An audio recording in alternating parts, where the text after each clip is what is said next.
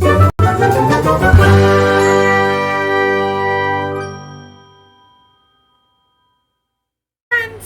back to my channel. In today's video we're going to do the one take no edit challenge. I am going to be giving you a book haul because I don't think I've done a book haul at all this year. Here's the thing though, I used to do book hauls every month, maybe every 2 months, but I wasn't happy with my content as a book haul because generally speaking I go into my books not knowing a whole lot about them, and there are some creators who are amazing at book hauls. They have all the correct information, they know everything about the books that they buy, and they're very conscious about the things that they buy, and I love that for them, but that is not me. I kind of buy books based on recommendations online and based on an author that I've read from before and things like that. So going forward on my channel, we are only going to be doing book hauls of the books that I have not read yet. So some of my books that I've read this year might not even have a haul video on them because I talk to you about them while I'm reading them and reading vlogs or in wrap-ups. I hope that kind of makes sense, rather than just giving you a book haul where I don't know a lot of information. I have a few books here, I'm guessing like 30, but I'm not gonna go super into detail about them. So we're just gonna kind of roll with it. I'm gonna start with the 2 series that I have on the side, so give me 1 second. Okay. There is the Naturals series by Jennifer Lynn Barnes. This one does scare me because I don't read young adult books anymore, and this is like Criminal Minds but make it young adult. I have heard amazing things about this, and so I'm cautiously excited for it.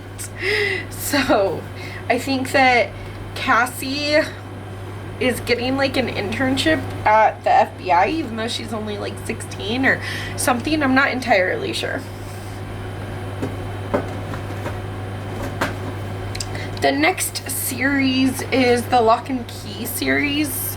I have read the first one and the second one, so this is the 3rd, 4th, 5th, and 6th book, but it's like this really dark fantasy type series. So you follow the family in here who the Lovecraft family, no, that's the mansion, is called Lovecraft, but you follow this family who their dad is murdered and they decide to move to where he grew up in Lovecraft.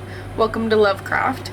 And then these weird ghostly things start happening, and it's like kind of evil and kind of scary, very gory, but I'm really enjoying it. I like the TV show because there's a Netflix adaptation of it. I'm behind on the Netflix adaptation, so please don't spoil anything, but it's really scary and fun and gory. It kind of gives me chills, but I like it. Okay, the rest are, yeah, we're just gonna keep going.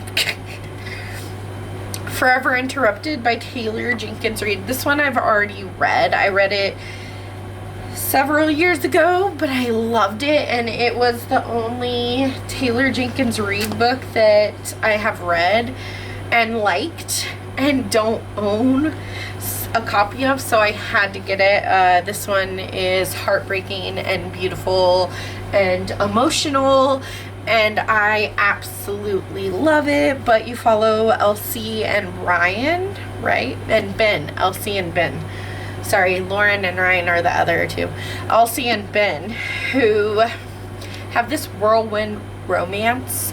They get married, and then 90 days after they get married, Ben is going to get food for them at the grocery store on his motorcycle, and he's in this really bad accident and he doesn't make it.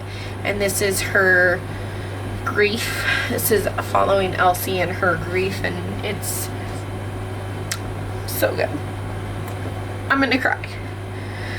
Then there's Right on Cue by Fallon Ballard. I've read 2 other books by this author this year, which I did buy this year, but because we already talked about them, I'm not going to be really talking about them here. This one scares me because it's like a Hollywood romance that follows actresses, or an actress and an actor. And I don't normally like that type of romance, but here it is. I do love that author, so. Over the Cuckoo's Nest. One Flew Over the Cuckoo's Nest by Ken Kesey. This is a classic that takes place in like a, what we would call like an insane asylum now. Alright, then we have Not Your Average Hot Guy by Gwenda Bond. I believe he is the devil or a fallen angel, and it's like a rom-com about him falling in love with her, and she says he may look like an angel, but he's not. So I'm excited. Given Our History by Kristen J. Miller. This is an arc that I was so graciously sent, and I really, really appreciate it. I have read the first like 50 pages of this, and I wasn't really liking it. So I want to give it one more chance before I officially like DNF it. I do really appreciate the arcs. So thank you to the publisher, but I'm not entirely sure. I don't like second chance romance, and at the heart of this book, this is a second chance romance. So I think that's why I wasn't liking it. Plus, I mean, look at the pages. They're very, very dense looking. There's like a lot of text, and it's very small for a romance, and it's like really, you know, she's a bigger book, you know. I just wish it was a little bit thicker but less like dense on the page, if that makes sense. Then I have Craven Manor by Darcy Coates. It's like a scary, haunting book, and Daniel is recruited to work here as like the groundskeeper, but when he gets there, no one's there, and it looks like it's overgrown. It kind of looks bad, and I'm pretty sure it's haunted. I've been really getting into Darcy Coates. I read a couple of her books earlier this year and just had to get another one for my TBR.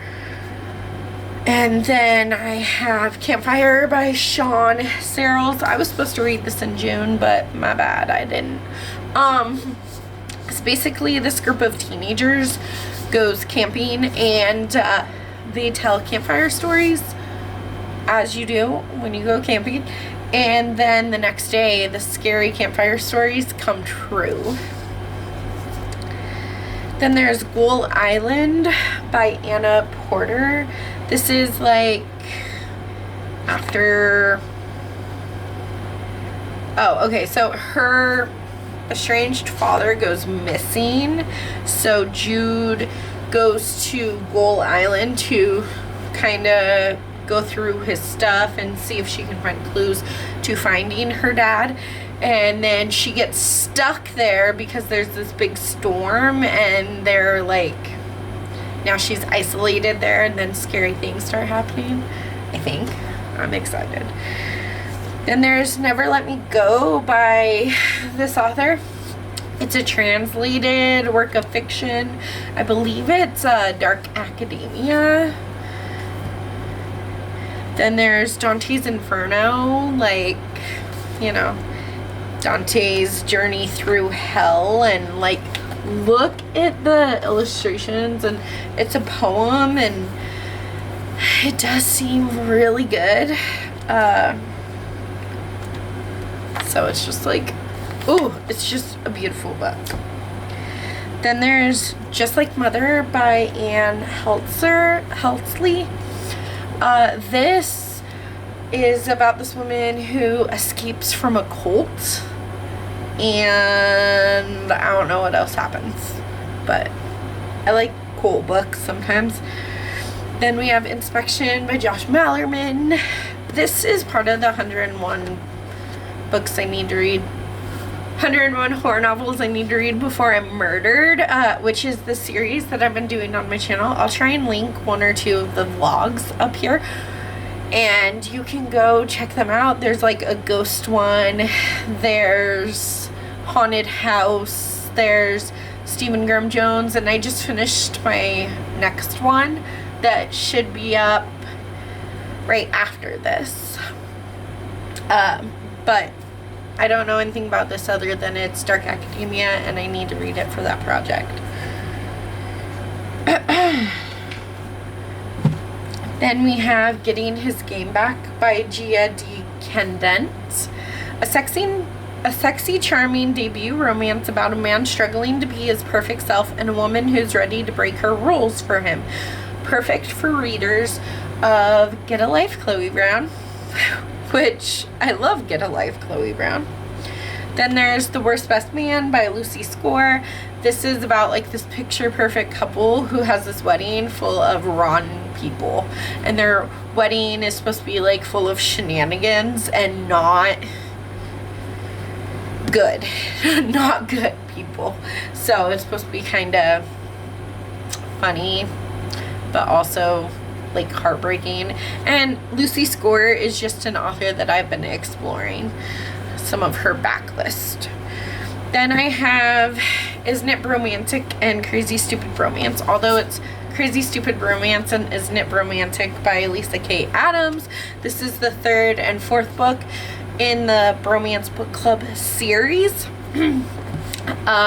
So the Bromance Book Club are these guys who decide that they're gonna start a book club. They're gonna read romance and try to figure out how to make the ladies love them.